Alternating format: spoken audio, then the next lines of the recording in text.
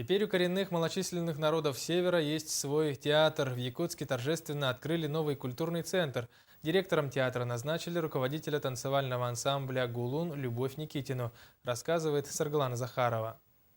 В эти дни в Якутске проходит декада коренных малочисленных народов Севера. Одним из ярких событий декады стало открытие нового театра. Оно прошло под бурные аплодисменты гостей и захватывающие танцы новоиспеченных артистов театра. Подумали, что до театра прямо вырастим, да? Мы просто хотели театром танца или каким-то вот государственным ансамблем, но никак не ожидали, и для нас это вдвойне отрадно, очень радостно, волнительно и ответственно.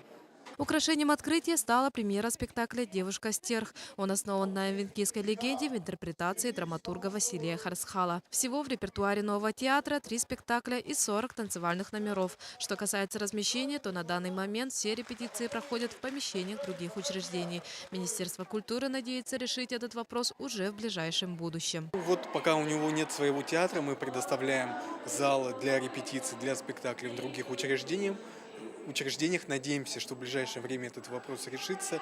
Есть проект, есть необходимость и есть соответствующие сподвижки. Да? Но мы надеемся, что уже в течение года уже будут какие-то подвижки в этом решении. Сейчас в репертуаре театра только танцевальные постановки, но в будущем есть надежда, что он заговорит и сделает большой шаг для возрождения родного языка коренных народов Севера. Все здесь сидящие и руководство республики, в лице главы республики, он прекрасно понимает и поступательно, системно идет по пути укрепления, восстановления культуры, языка коренных народов республики.